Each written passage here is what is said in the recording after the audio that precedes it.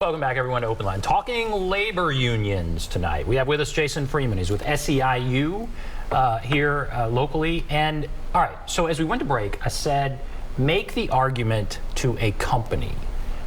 Because you're saying that there's this period often when employees say, we want a union, then the company intimidates them, obviously gets concerned, doesn't want them. I'm sure the company's concerned that there'll be strikes, they're going to ask for more money, and they're like, we don't want this.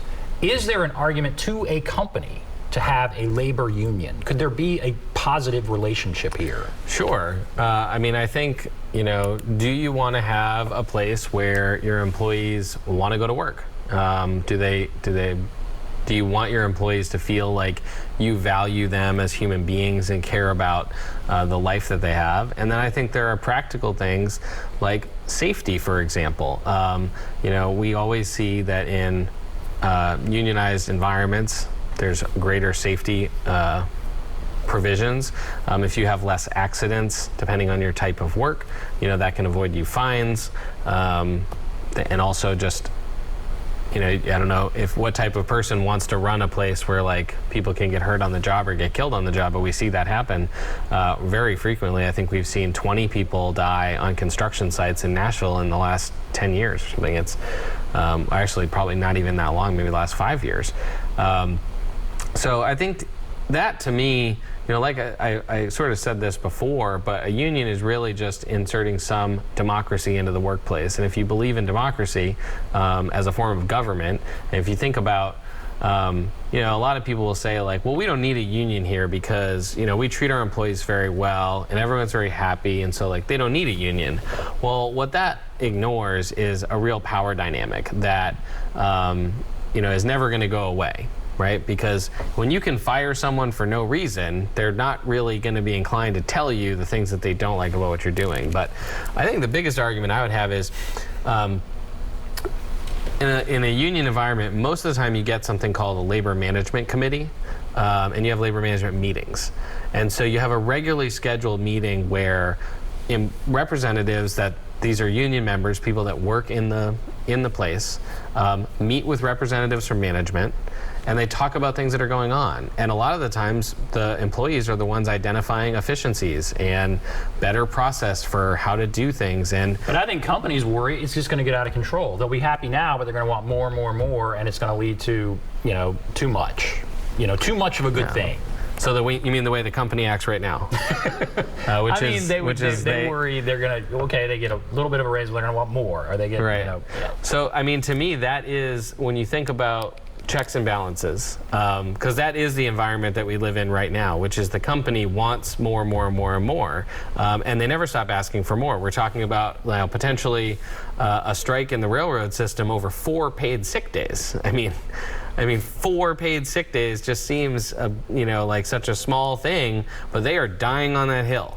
I think, looking at Starbucks, I mean, this man is losing his mind. This person has more money than you could ever spend and is losing his mind that these employees would dare demand having a say in the company that they keep running, by the way. And I think that is really the thing is it is a power imbalance. The workers are never, I would love it if the workers had more power than the company, but in most circumstances, even with a union, right, there's still a power imbalance, right? The company is still making a lot more money and has a lot more power than the employees will ever have. But what it does is create some check and balance so that, like I said, it's really, we've seen all this construction boom in Nashville, and I'm like, we have been to way too many funerals for people dying building buildings. I mean, this is the year 2022, and we have people dying on construction sites because we're not following proper safety standards. In some cases, like on projects where the city, where taxpayers have given millions of dollars to these companies to build these projects, and we're not even holding to the simple safety standards to prevent people dying. I think, to me, that's, it's hard to convince, somebody who is just trying to make profits, but I think I've always said, like, unions aren't against success, right? Like, there needs to be a business, right? I think that's the key, is that the union's not going to put you out of business, because then the union is gone. Yeah, right. Then everyone loses their jobs. We have a couple calls now. Let's go to Marie. What an interesting name for someone to call into this show. Marie. Yeah. Go right ahead. Do you remember Peterbilt in Madison? Peterbilt, right. Yeah. They went on strike for weeks and weeks and weeks, and then Peterbilt just shut down. Right. Oh, no. All right, so you need to turn on your TV. Do you have a question? No, I just want to remind him about Peterbilt, about the companies going out of business. Okay, so Peterbilt, a strike, company went out of business, is what she says. What about that? I mean, I would have to look into it. I don't know the details of the Peterbilt strike, and I don't, you know. I without knowing. That's a few clearly, years ago. You haven't been here that long. That was a few years. I remember the strike, but okay, yeah. So that would be the concern. Again, they strike, the company goes out of business. There's no company. Yeah. So I would guess that their workers going on strike was not the only thing wrong with their company, if that's what happened. So I need to do a little research. Okay, Daryl. Hello, Daryl. Yeah. Go right ahead. Hey, I appreciate y'all taking my call there. I worked at a little manufacturing company down here. It's in Winchester, Tennessee. It's built tanks, storage silos. Started out a great company. Hired in at, I think it was 90. But when I started out, you had, we call it that, we do profit and losses, and we'd get a profit sharing benefits, and they went to try to go to union, and I was for it, but it's a union to me it can help or it can break a company, is what I'm saying. It depends on the location and all that. But I do see a lot of companies that's they're cutting stuff for the employees and putting it in their pocket, and I mean, need to leave that alone. But that's my point. There is when I ended up leaving, they had nothing. You know, you had your 401k, but it's kind of. Are you saying that's because of the union, or because there was not a union? Are you saying when you left there was nothing because? Well, neither nor. It was just okay. The shareholders, I guess, was. Long story short, I started out there, I worked 11 years, and your older employees left because they were trying to push them out. If it'd been a union, they could have probably stayed in there and worked out their, retirement. But it's, like I say, it's there's an upside and downside to a union. I don't know if that makes any sense. I'm going to leave y'all alone. Well, Daryl, that's all right.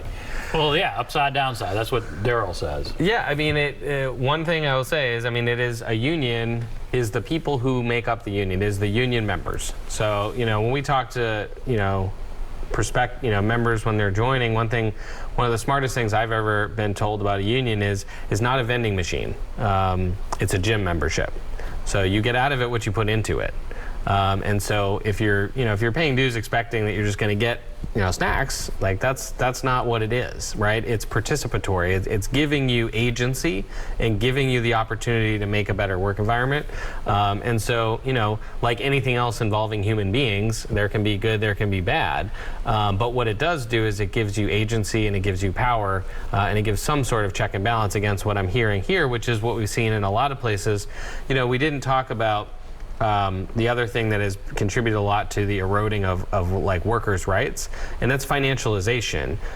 It is companies, the largest companies, becoming about the stock price and not being about the production or efficiency. In a lot of cases, they were able to make more money by producing less goods or something, and cutting costs. And when you have CEOs and shareholders who make money off of the stock price, then it becomes in your short-term incentive every year you have to drive stock price. And so you're now making decisions that aren't about the health of the company, right? The company can be doing great, but it's about, going public, and it's about what your stock price is.